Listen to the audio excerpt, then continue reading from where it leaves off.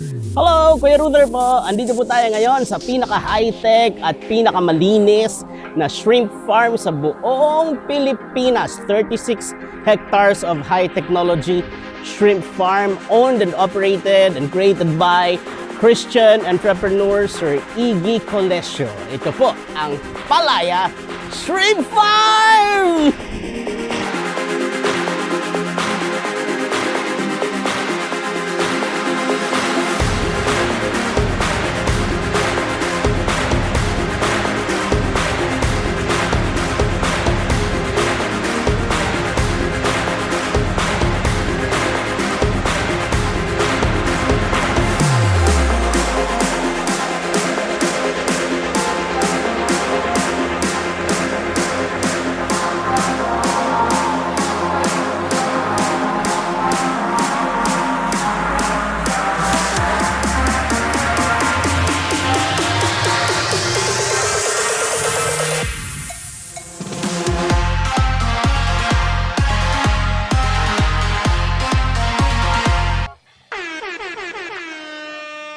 Hello mga kailaw! Hello mga Bible Ninja! Hello! Welcome dito sa Third Talks. Ayan, Third Talks tayo ulit. T-E-R. Talks on everything relatable and relevant. Yan, okay? At andito po tayo ngayon sa napakagandang Palaya Shrimp Farm. Grabe, grabe. Ang ganda dito, promise. Ano to? Palawig, Zambales. Sulit na sulit pumunta dito. Isama nyo to sa mga bucket list ninyo. Okay? Na mga pupuntahan ninyong lugar. At kasama po natin ngayon, the man behind. Not just behind, but also on the sides and in front you because you see him everywhere. Okay? Yan. This is the man behind Palaya Shrimp Farm. Okay? At sobrang nakaka-proud po na siya ay Pilipino at siya ay anak ng Diyos. Siya ay Christian. Okay, kapatid po natin siya kay Lord. Eto po, welcome po natin. Malakas na God bless you. At malakas na palakpakan si Kuya Iggy Colesio. Sir Iggy. Yeah, bro. Welcome po sa Third Talks. Gumunti ko sabing welcome sa Palaya Shrimp Farm. Welcome sa Palaya Shrimp Farm, Third Talks. Naku, maraming salamat po sir sa invitation ninyo at ang ganda-ganda at ang laki-laki. Sir, ilang hectares po ito ulit? Yung lupa 21 hectares, 15 hectare yung may tubig. So, in total, 36. 36 hectares po. Grabe. Sir, ilang hipon ang inaalagaan ninyo dito? Bawat isang tangke, mga 250 to 300,000 pieces. Ilang tangke? We have 16 tanks, pero yung mga tangke sa likod, mas malalaki yun, mga 1,600, so double. At hindi pa sila humihinto, naguhukay pa sila eh. Nagdadagdag Apa. pa sila ng mas malalaki. Grabe, grabe. Pag tininan nyo po itong palaya, lalo kung hindi kayo sanay sa business, malulunod kayo sa tingin pa lang eh. Sobrang laki, 30 hectares. 36 total. 36, Yung grabe. land is 21, pero yung mga may tubig, it's about 15. Tapos narinig ninyo kanina, this is not the only thing he does, no? Meron pa siya sa Tanay. Pupunta kami doon, sir, mag-planning. May mga ATV doon. Tapos, ano pa yung iba? Marami ka pa eh. Ilan yung sabi mo? Apat? Apat ba? I have actually 5. 5. Running corporations ngayon. You know, again, we're a developing nation. There's so many challenges pa. No? So, yan ang kwan ko, yan ang definition ko ng business. A problem that you can solve, that's actually business. Sir, ang laking tulong sa akin yan, ang sinabi mo. Kasi meron kaming maliit na food business sa bahay. Tapos, ang lakas niya ng pandemic. Kasi nga, may ina-address siya na problem. Hindi nakakalabas yung tao eh. Correct. So, nung nakakalabas na yung tao, wala na, nag-plunge na yung sales namin. Si Burgers and Milk Tea kami. Tapos, mula nung nakausap kita, nabalikan ko yun. Sinasabi nila Coach Chinky yan eh. Diba? Pero bihira ko na sila makausap. Nung nakausap kita na ang totoong business may sinusolve na problem. Correct. Tinanong ko sa wife ko, anong sinusolve natin na problem ngayon? Wala, cravings lang. Pag may sudden cravings lang sila, diba? Na-miss ko yung ano. Pero ngayon, naghanap kami ng problem. Breakfast. This is a community sa village. Lahat yun pumapasok na ulit sa trabaho. So nag-serve kami ng breakfast. Ang lakas. Kasi may in-address kaming problem. Makakabawas sa oras nila, yung makakabawas sa time na ini-spend nila sa pagpe-prepare. So malaking tulong. Tama. So ayan na sa mga gusto pong mag-business, i-identify nyo muna yung problem na gusto nyong ilutas. So tuwing may problema, wag nyo pong ireklamo na may problema. Hanapin ninyo yung opportunity kung paano magamit yung problema. Ang ganda nun, sir. Dahil ang daming problema sa Pilipinas, ang daing mong business. Daming opportunities. Daming business. Yeah. Sir, pag-usapan natin yung yung kanina nabanggit mo, ito sobrang interesting sa akin. Kasi po ako po, bago ako pinayagan ni Lord lumipad sa PGT and all that, no, nakapag-international shows po ako, talaga sobrang blessed po. Nung high school ako, yung talagang lowest point ng aming buhay financial wise, no. Nag-pedicab driver po ako. Kasi wala talaga wala nang pang-ulam, walang pang So, tas mayroong mga time na naputulan kami ng kuryente, 2 buwan. Nag-struggle ako nun sa faith ko kasi ba't ganun? So, talagang kaya pag sinasabi ko ngayon na pag hindi ako nandito kasi lang madali, talagang I say it from my own life, no, na hindi ako umalis kay Lord kahit anong nangyari. So, yung sa inyo, sir, sabi nyo kanina nagtinda kayo ng banana queue. Kasi paano mo mai-imagine papasok ka dito tapos papakilala sa'yo, this is the guy behind all this, no, siya yung owner, siya yung CEO dito. Tapos sasabihin niya nagtitinda siya ng banana queue dati. Paano nangyari po yun? Hindi, kasi, Can you tell us about it? 'Di ba sabi mo you came from a poor family, tapos 12 kayo, sir? yes. 12. Pero para kayong disciples, 12. Tapos sir, 'di ba, so paano kayo nag-aral? How did you survive that? Paano kayo nag-aral? Tapos paano kayo nag-start sa business? Paano po yun? Yeah, okay. Nung elementary ako, of course, mahirap talaga kasi from yung family, from the province, no, galing pinanganak ako sa Boracay. Yung father ko, barangay captain ng Manok-Manok. Isa sa mga barangays ng Boracay. 3 barangays yan. And then, yung sumunod sa akin, Blue Baby. So, nag-travel dito para magpa-opera sa Philippine Heart Center. But she did not survive. So, walang masyadong opportunity sa Boracay noon, no? Hindi pa discovered. So, nag-migrate kami dito. Although meron pa kaming mga properties doon. So, dito nahirapan talaga yung father ko kasi walang masyadong connection at ang marunong siyang mag-construction, mag-carpentry talaga siya, magaling siya sa kahoy, no? Perfectionist nga yan. Pag may nakitang awang yun sa kisame, gagaling. So, pero bihira ang kontrata kasi of course, bihira nga yung contact niya. Until when bago ako mag-grade 4, nabigyan siya ng break, no? Bigyan siya ng break. There's one engineer, I still remember the engineer Santa Maria. Binigyan siya ng maraming project. So, nangailangan siya ng mas maraming workers. So, nagtelegrama sa Boracay. And since papa naman talaga siya ng bayan sa Boracay, mabait naman talaga. Yun nga ang accusation sa kanya, isasaing na lang daw ibibigay pa sa kapitbahay pag giningi. Dumating dito yung mga taga Boracay. So, ang dami niyang naging workers, mga 80 to 100. Tatandaan ko, elementary ako. So, magandang buhay. May dala-dalawa kaming katulong, pati yung pinsan ko napapag-aral niya. And he has a good heart naman talaga matulungin. Ano? Pero nung 1985, suddenly, my father got sick. And nagkaroon siya ng pancreatic cancer na hindi ma-diagnose for, of course, bihira pa noon, 1985. Nagsimula siyang ma-hospital ng February, namatay siya ng September of 1985. Back then, first year college ako sa PLM. I got the scholarship from PLM sana. Pero inubos talaga sa operation, sa Capital Med. Pero series of operation yon until we lost everything and namatay siya sa maliit na hospital, sa Sioson Hospital na lang, yan sa Project 7. And yun, so back to zero kami. Yun, naghanap ulit ako ng trabaho, pahinanti ako ng soft drinks, and then yung isang simbahan namin, nagtayo ng school. Pinayagan naman ako maging janitor ng school na yon. So janitor ako ng school, pero after 2 years yung school nag-offer sa akin, baka gusto mong mag-education and we're willing to pay for your tuition fee, bigyan ka namin scholarship, provided mag-shift ka ng education. Kasi civil engineering ako eh. Dahil nga ang naging idol ko yung nagbigay ng break sa father ko. So yun, nag-shift ako sa education, naging teacher ako 1992, I graduated, no, BSE, major in math, and board passer naman ako that time. So nagturo ako.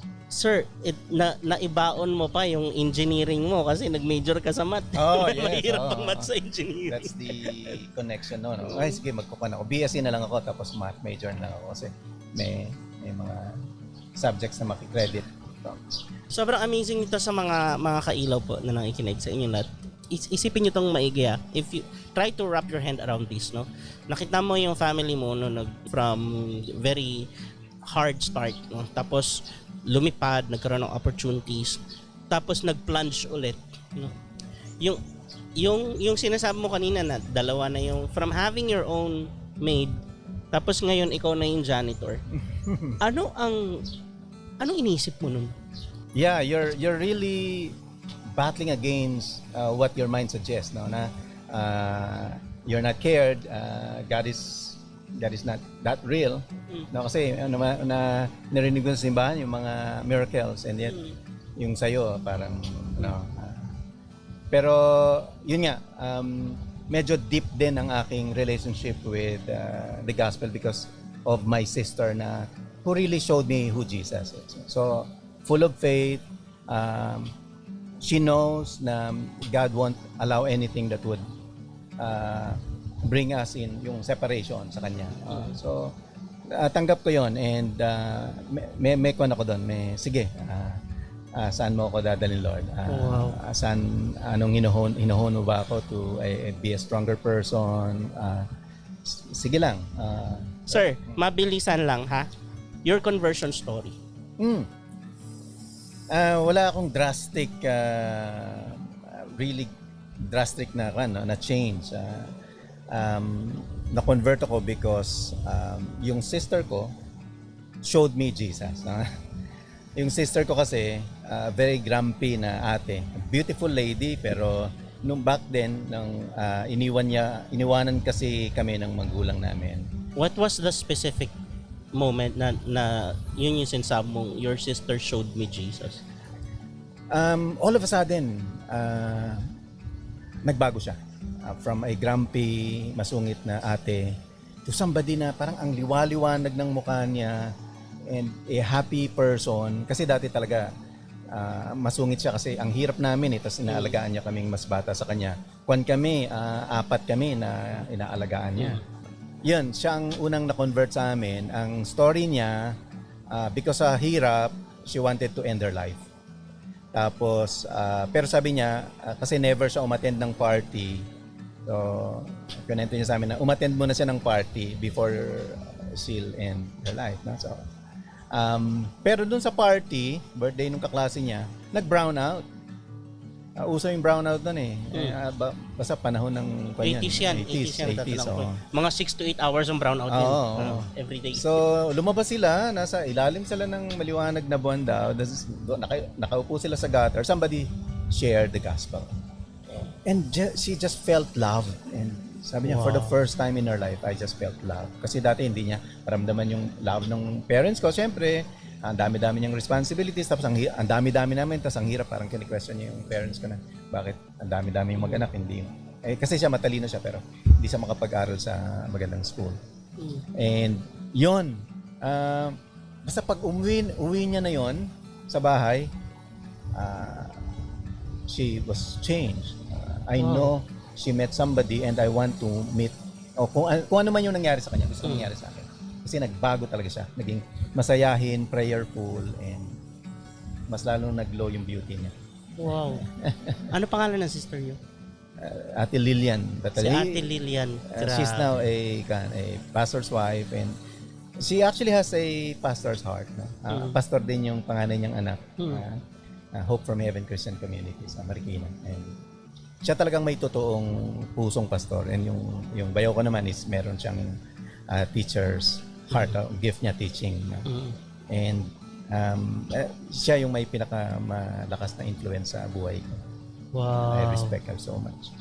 Balikan natin yun, sir.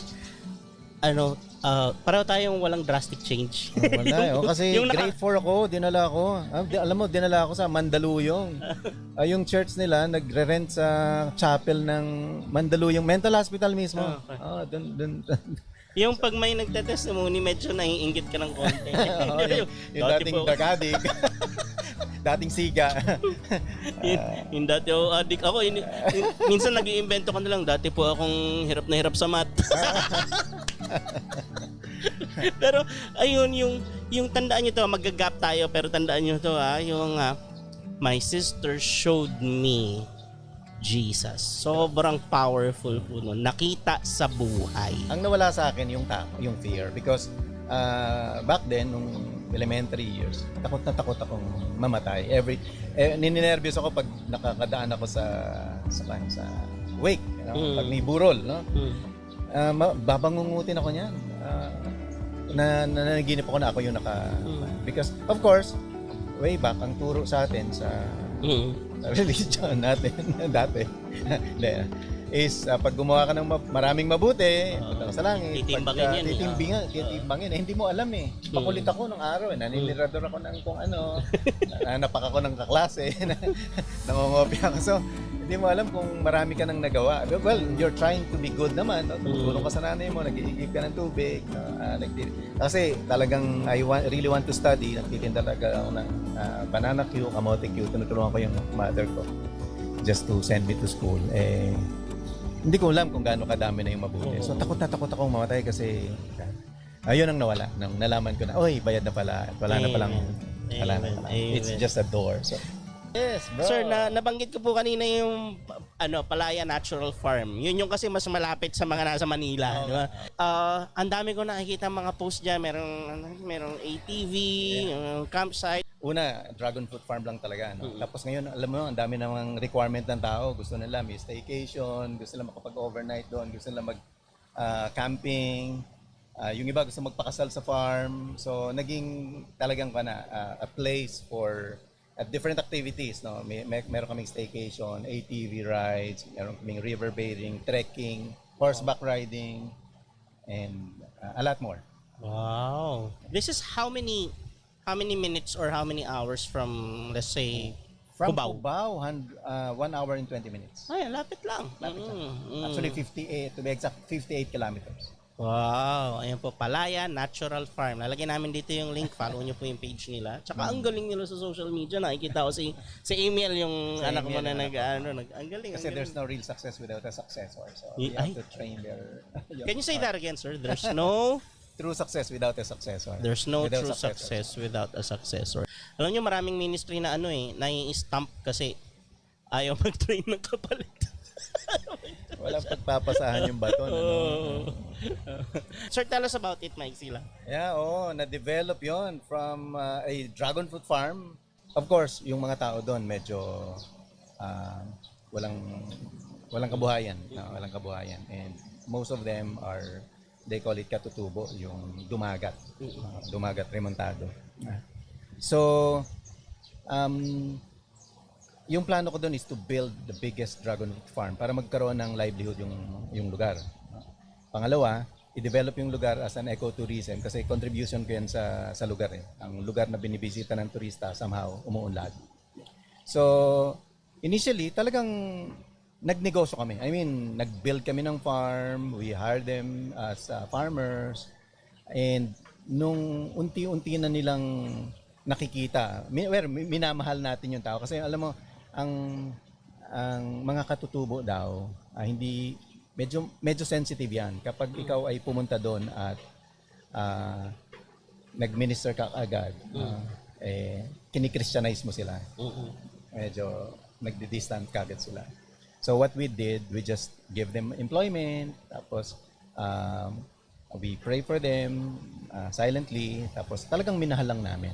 And after yung alam nilang, ramdam na nila na mahal namin sila. Tsaka namin sinabi, ay, mahal kayo ni Cristo, and we ministered, and medyo pumasok na yung kingdom because that's really kingdom yung intention ng Diyos na tayo ay pagharian at bigyan ng buhay na maayang buhay o yung the palaya life. Alam mo naman yung palaya natin. Mamaya It's po, actually a message. i-explain niyo sa akin ulit Yeah. yung palaya. Pero ang ganda po nung sinabi niyo, minahal natin yung tao.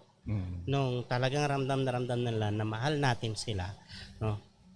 Saka natin sinabi, mahal kayo ni Kristo. Kaya natin Meron silang aha moment na kaya pala sila ganun. Kasi Christian sila. Ganun pala magmahal si Kristo, naramdaman na. Tama po yun eh. Cliche yun eh. Pero totoo talaga eh na people won't care how much you know unless they know how much you care. Marami po kasi ngayon, sir, lalo sa social media, ang obsession nila is to let people know how much they know. Kaya na-alienate yung mga tao. Di ba? So talaga mamahalin po natin yung tao kasi si Lord yun talaga yung foundation yung pagmamahal kasi God doesn't just love us, He is love. So tayo ang body of Christ. So kung merong gustong mahalin si Lord, sino ang gagamitin niya magmahal? Tayo, kasi tayo yung body. Ang ganda nun, sir. So, yung isang community na yan, naging Christian community na. Tama po? Meron na po nung... Grabe, kasi wala nang point of contestation. No? Sinabi mahal kayo ni Lord, talagang ramdam nila, mahal sila ni Lord. Eh. Tapos yung iba po, sir, yun nga, hindi sila culturally sensitive. Yun talagang sasagasaan lahat ng culture nyo. No, mga instruments nyo, bawal yan. Eto na, maglalagay kami ng piano, ng ano, di ba? Yung kulintang, bawal yan. Sa demonyo yan. Mga ganun eh, di ba? Parang, culture yun eh. Ako pa naniniwala hanggang sa langit. Dala natin yun kasi sabi sa Revelations, every tribe and tongue will praise Him eh. Praise Him, yes. Oo, so dala natin yun. So, ayun, ang ganda ng testimony, sir. Tapos yung sa church, sa social media, sa mga activities ninyo, pag nag-planning kayo, bring that principle with you. Sir, tell us about the first time you met Chinkitan. Yeah, na-attend ako ng seminar niya dyan sa New Manila. Mentor ka yan. Chinkitan, Coach. Ako rin. Mentor ko siya sa YouTube. Sa business. Kaya medyo maganda ang foundation ko pagdating dun sa industriya ng network marketing. Kasi tama yung training, value adding talaga yung dapat yung produkto na titingnan mo because it's a result of a good business kapag if you're offering a good value to people. So ayan, sila Joey Bonifacio. Pero kilala nila ako as Boyet. Boyet. Hindi Iggy. Hindi Iggy. Oo. Kailan naging Tanong mo Iggy? kung bakit naging Iggy. Ibig sabihin hindi ka Iggy talaga dati? Hindi ako Iggy. From the get-go, Boyet ka. So paano Boyet talaga. Paano naging Iggy? Una, hindi ko alam kung bakit Boyet ang pinalayo sa akin. Kasi ang totoo ko namang pangalan, Ignacio. Oldsman name ako eh. No? Parang pinamana ng lolo. Na pinanganak ko, namatay yung lolo ko, Ignacio yung pangalan. So, nilipat yung pangalan sa akin.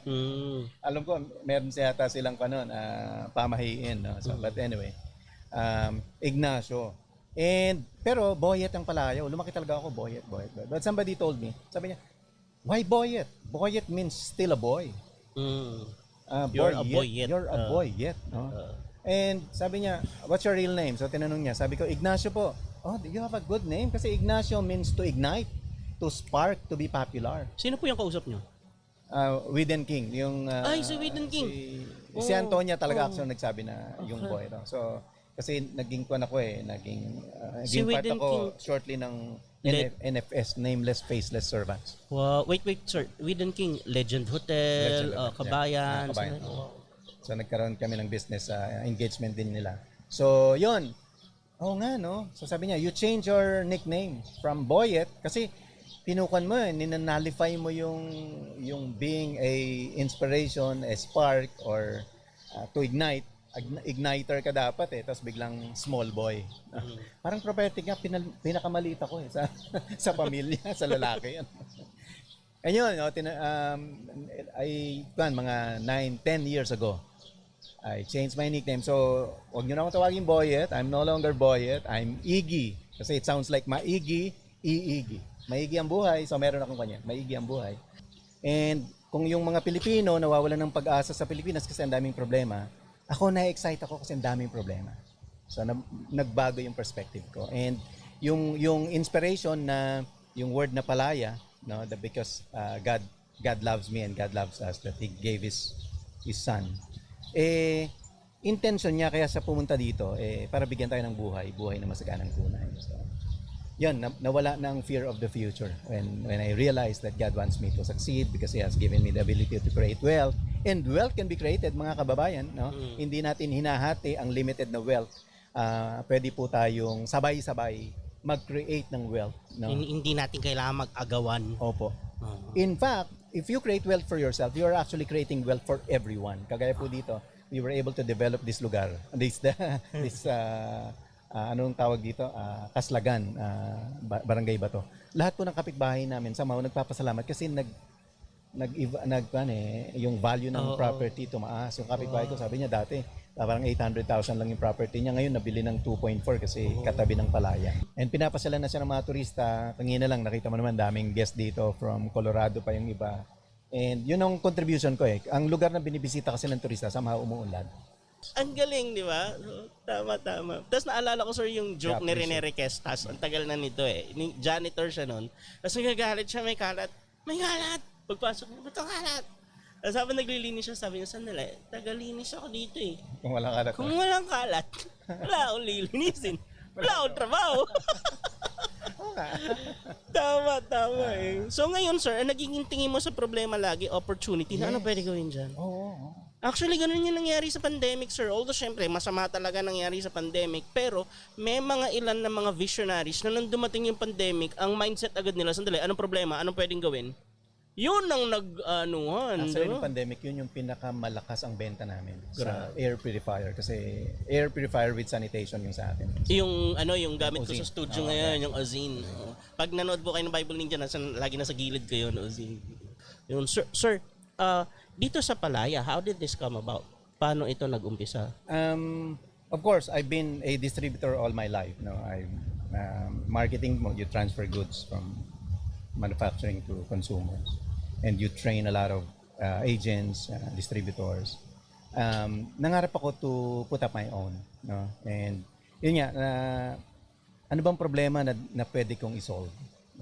Meron kaming deeper study back then, 2009, that Philippines has the third worst outdoor air. Dati meron tayong third sa Metro Manila, particular Metro Manila. New Delhi, I think Beijing, yun ang mga top 3. Well, we can't do anything sa outdoor, pero may deeper study kami, yung indoor, second worst indoor air condition ang mga buildings and mga bahay, residents sa Metro Manila. So yun, pwede tayong solusyonan yun. So I went to Hong Kong, attended a convention ng air purifier. So nagpagawa ako ng a complete air purifying system, a 4 states air purifying system with ozone generator that would sanitize naman yung food. So dalawa yung ina-address kong problema doon. Indoor air pollution and food sanitation. So yun, 2010 I launched Palaya Corporation, at yung Palaya naman is a word, is a message actually. Ang Palaya is a message. So lahat po ng corporation ko except one is lahat Palaya. Palaya Petroleum Corporation, Palaya Natural Farm, Palaya Corporation, Palaya Stream Farm, Palaya Construction and Development Corporation. But Palaya is actually a message, and this is where I want to to share. No, I will be using my businesses to advance the message of Palaya, which is advancing His kingdom. Kasi ang Palaya means pala, taken from the word pala, pinagpala, root word for pinagpala. Laya, malaya, root word for malaya, and aya or kaaya-aya. So when we say live Palaya, kagaya nung nakalagay sa mga communications namin, live a life that is blessed, free, and beautiful. Mabuhay kayo ng buhay na pinagpala, malaya, at kaaya-aya. At if you will ask, do we have a right to live a life that is blessed, free, and beautiful? Of course, yung mga religious sabihin, ay, kailangan mo maging mabuti para i-favor ka ni God. But no, because there was an ally. In the middle of the word Palaya is an ally. Diba? For God so loved us. No, sa Tagalog gusto ko yan. Gayon na lamang ang pag-ibig. Kaya't ipinagkaloob. Sa ibang translation pa, sir, gayon na lamang ang pagsinta ng Diyos. Kaya't ipinagkaloob, inialay.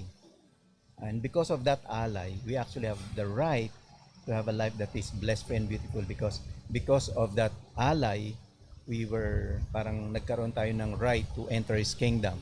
Pinunit na yung tabing na makakapasok na tayo, and in that kingdom, who's the wealthy and rich king owns everything, and pati army, sabi niya, do not repaid, vengeance is mine because he owns the army. That's the Grabe. concept of kingdom. So lumaya yung alay nung dumating dito, sabi niya, if the thief came to steal, kill and destroy, I came to give you life that you can live to the full. Or a full life to me is a life that is blessed, free and beautiful. So a life that is blessed, free and beautiful is right natin because there was an ally already and he finished everything already on the cross. And yun. Wow. So no fear of the future. He's there. Wow. Naalala ko sir yung sinabi sa Isaiah yung how lovely are the mountains at the feet of him who brings good news. If you are a person or a team of people na kung kahit saan kayo makapunta, nag-i-improve yung lives ng mga tao doon. Tapos sasabihin nyo pagkatapos na mga anak po kami ng Lord, di ba? Hindi ba sobrang ganda nun? Di ba? Hindi yung pagdarating ka doon, nagkakaroon ng away. Nalulugi. Kaya pag gagawa tayo, excellent na because we have an excellent king. Excellent na. So itong shrimp farm po na to, medyo OA sa, sabi nga nila, masyado mo pinaganda. Nasa ilalim yung mga kable ng kuryente, no, sobrang linis ng mga hipon. So if you want clean shrimp po, makikita lang nyo po dito. This is the most innovative farm po sa Pilipinas. Sabi mo nga sir, di ba, sa isang napanood ko isang episode, gusto mo ito yung maging Starbucks ng hipon. Yeah, oo. If there is such a Starbucks, such thing as a Starbucks of shrimp, you want to produce the cleanest shrimp, the Starbucks of shrimp. Kasi hindi ako niniwala sa competition. I will never compete. No? Wala po sa bokabularyo ng palaya ang competition. But we will complete. Walang masyadong premium food sa Pilipinas. Doon po kami pumuposition ngayon because I believe Filipinas deserve premium food. Nakakaingit po sa Thailand, sa Vietnam, punta ka doon, ang daming pagkain, mura ng pagkain, of course, very productive sila.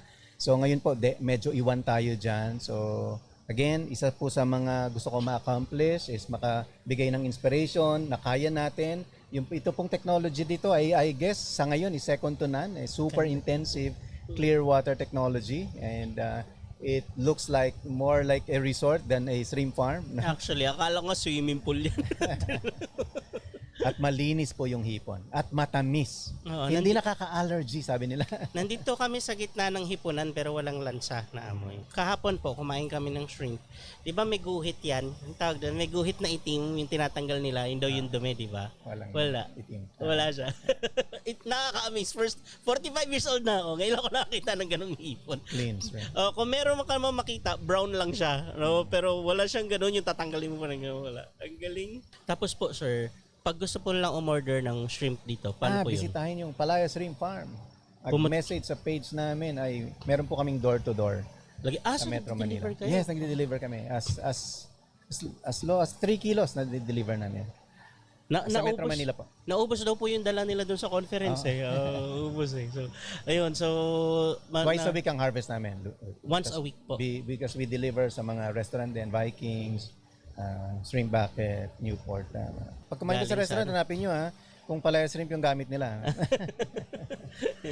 Tapos so ganyan po, ilalagay po namin dito yung link, pati dito yung description ng page, follow nyo po, tapos mag-message lang po kayo doon, pwede po kayo, magdi-deliver po sila ng Palaya Shrimp sa inyo. Tapos sir, paano puntahan to? Nasa Waze to Winis ko i-enter nyo lang Palaya Shrimp Farm.